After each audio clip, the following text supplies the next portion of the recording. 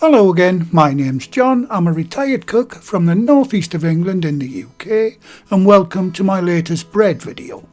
And in this one I'll be making these delicious but very easy to make panini bread rolls.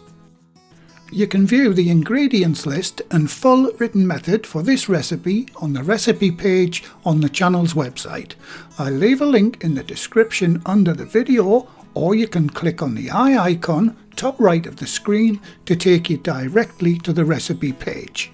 And I'd like to thank the Patreon and PayPal supporters for their very kind help. I'll be doing the shout out and name splash a little later in the video. Okay, let's get on with today's recipe. Okay, as requested by quite a few viewers, I'll be doing this one by the numbers and showing you exactly how to work out the percentages for every ingredient.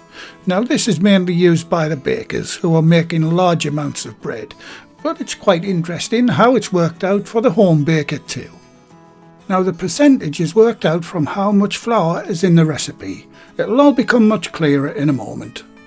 So for this recipe we need 64% water, 2% fat, 1.5% yeast, 2% salt and 3% sugar. Right, I'll start out by weighing off the amount of flour needed in this recipe, and in this case it's 400 grams. Right, to work out the water we need, put the amount of flour, which is 400 grams, in your calculator and multiply that by 64%, and that gives you the exact amount of water needed for this recipe in grams, which in this case is 256. And by the way, it's always best to weigh your water. That's much more accurate that way, and if you can, try to use bottled or filtered water.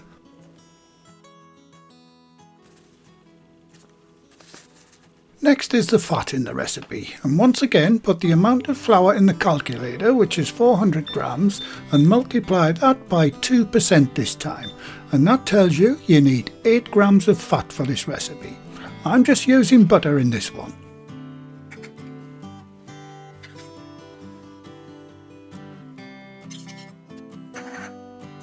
I switched to my jeweler scales, by the way, for these smaller measurements. And 8.2 grams, that's close enough.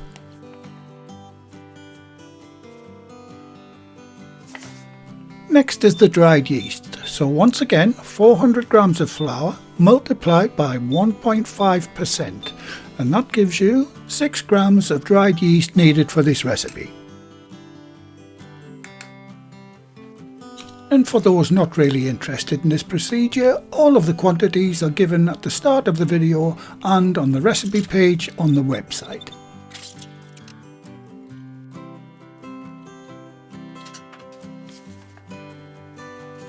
Next is the 2% salt. We've already done 2% for the fat, which is 8 grams.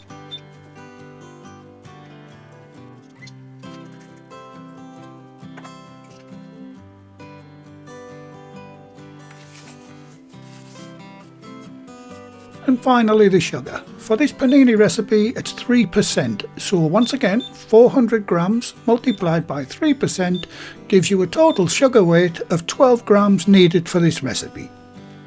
The beauty about using this procedure is it doesn't matter how much flour you start with, as long as you know the percentages, you'll always be able to work out exactly how much of the other ingredients are needed. And you can change the percentages if you like. For instance, if you think it's too much sugar for your personal taste, reduce the percentage to 1% or 1.5%. It works great. Right, on to making these panini rolls. I'll start the recipe by making sure the yeast is alive and okay. To the warm water, add the sugar and give it a good mix until it dissolves. And if you're interested, these great little mini whisks are available in the website shop, along with most of the equipment I use in my videos. It's just another way you can support the channel. Next, add the dry yeast. I'm using active dried yeast, but you can use instant if you prefer. If you're going to use fresh yeast, you'll need 20 grams, and just dissolve it in the water exactly the same as the dried. Right, I'll set that aside for 10 minutes to make sure it's alive and kicking. Now I'll be using my stand mixer to knead mine for 10 minutes. First I'll add the flour to the mixer bowl. And now I'll add the salt and mix those together.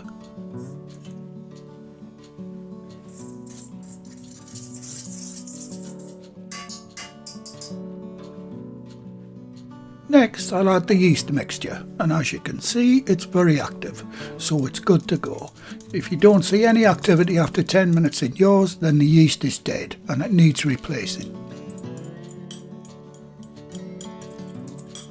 Finally I'll add the fat. In this case I'm using softened butter, but you can use the same amount of lard, oil or shortening.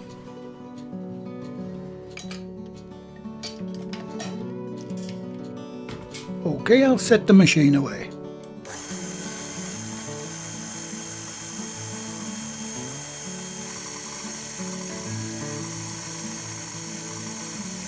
Soon as the dough comes together, I'll set the timer for 10 minutes. If you don't have a stand mixer, you can always hand knead the dough for 10 minutes. And if you want to learn how to hand knead bread dough, check out my sandwich bread and cottage loaf videos for great tips and techniques that I use. I'll leave links in the description box below the video, or you can just click on the eye icon top right of your screen.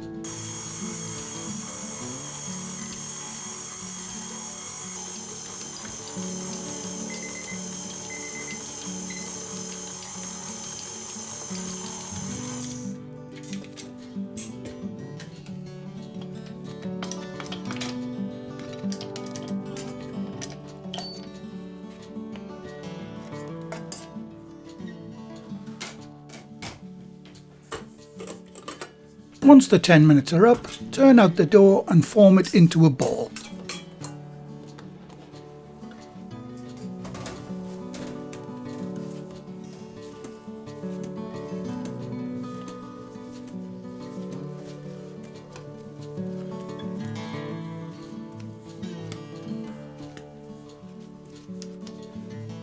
Now get it into a lightly oiled bowl and lightly coat the dough ball in oil as shown.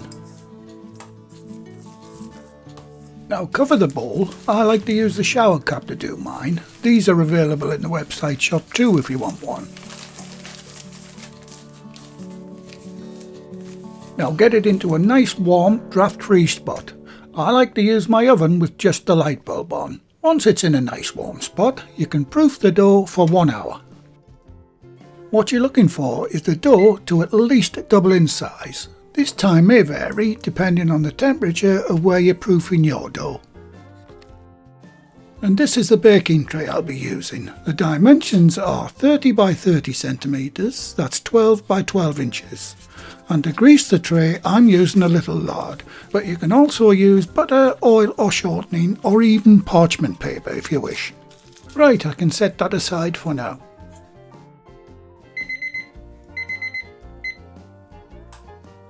Okay, that's the first proof done.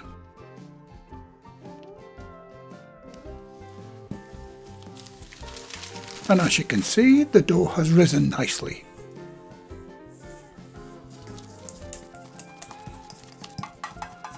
Now turn the dough out onto the bench and knock it back. That simply means push all of the built up gas out of it.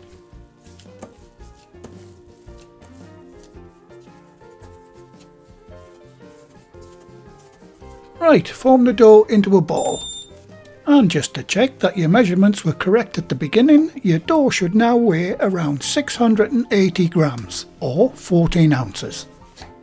And using your dough scraper, divide it into 4 equal pieces. Okay, once you've equally divided the dough, you need to pre-shape them. First, roll each piece into a ball, and then form them into an oval shape as shown.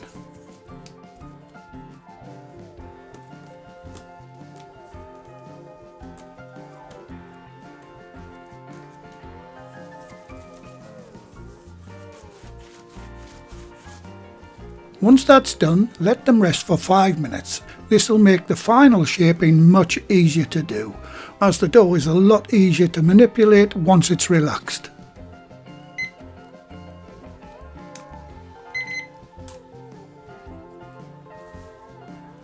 After the 5 minutes, all you have to do is to form the final shape as shown. Make sure you seal the bottom of each roll by nipping the dough together.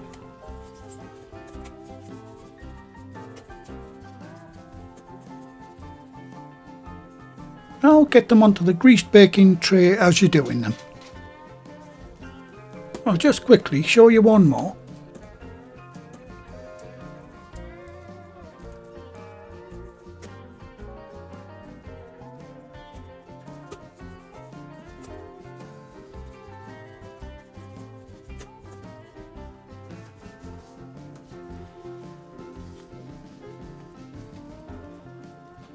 Now sprinkle a little flour over the top of each one.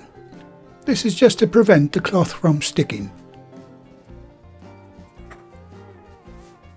And when you've got them all done, cover the tray with a lightweight dry cloth, also available in the website shop.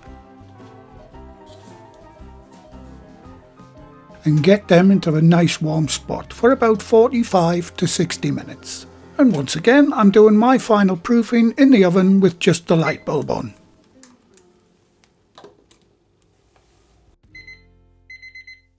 Okay, once the time's up, check and see how they're doing. And as you can see, they've risen quite nicely. This oven method with just the light bulb on really is a great place to proof your dough. The temperature seems to be ideal for this. Okay, I'll let those sit on the bench for 5 minutes while I preheat the oven to 190 Celsius, that's 375 Fahrenheit, or gas mark 5. You'll also need a pan of hot water on the bottom shelf of the oven. This will give these panini rolls a slightly tougher crust. Right, once your oven is up to temperature, it's time to get them in. First, I'll give them another light dusting of flour. It just gives these a more professional look when they're done. Okay, time to get them into the preheated oven. And once they're in, set your timer for 15 minutes. When it's halfway through the time, I like to turn mine around for even baking. You can do this with bread recipes, but don't try this with a cake or a sponge recipe, or you'll end up with pancakes.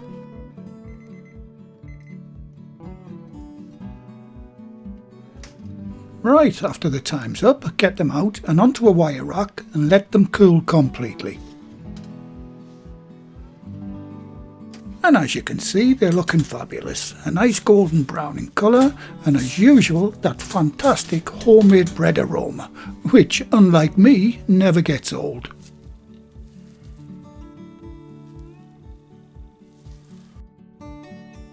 Okay, these have been sitting here half an hour, so I'll cut one open and let you see the beautiful crumb inside.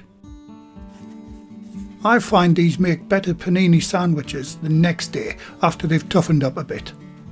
And that's it, they're ready for your favourite panini filling. And mine is ham and cheese, and this one I made the very next morning.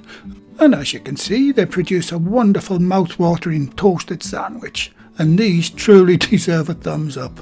And I really hope you try them.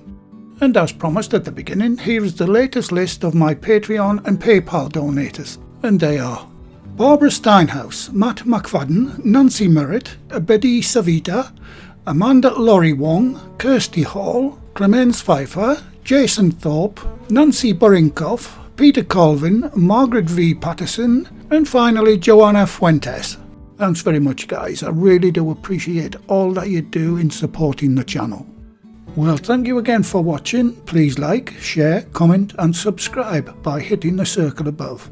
If you do subscribe, activate the bell icon next to the subscribe button on my channel page. And by doing that, you'll be automatically notified every time I upload a new video.